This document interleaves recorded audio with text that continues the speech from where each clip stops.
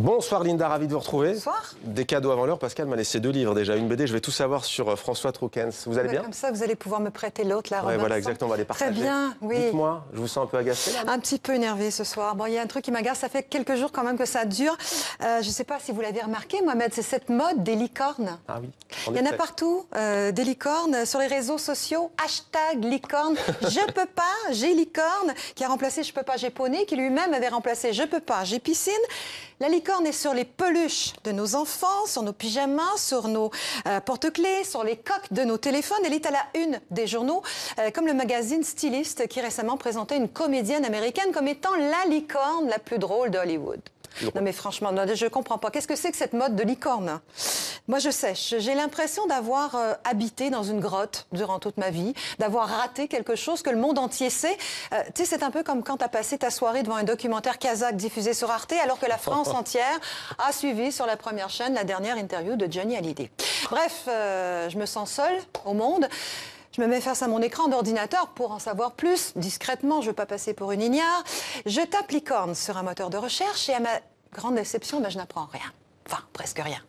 La licorne est bien un animal légendaire, ayant un corps de cheval, une tête de bouc, une corne au milieu du front, une corne droite en spirale et pointue. Mais il y a forcément autre chose, alors je cherche encore. Et je découvre que la licorne serait un symbole de puissance spirituelle, de pureté, de pouvoir magique. Son côté doux, mignon et enfantin représenterait notre envie d'évasion du monde. Ça, c'est intéressant. Mais j'ai encore trouvé mieux, Mohamed. Ah. La licorne est aussi le symbole du mal. Enfin, vous me direz ce que vous en pensez.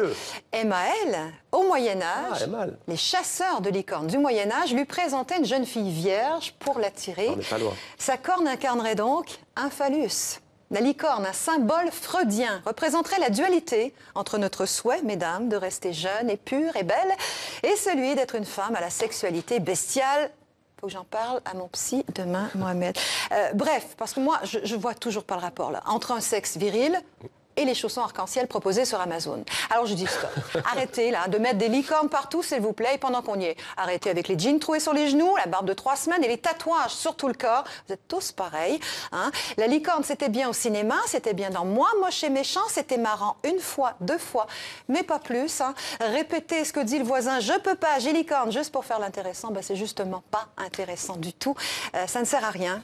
À part peut-être de dire qu'on est tous des moutons. Mais ça, c'est une bonne idée pour ma prochaine chronique. Alors, en attendant, pour éviter l'indigestion de licorne qui menace, là, on est à 10 jours de Noël quand même, je vous souhaite plein de moutons à paillettes.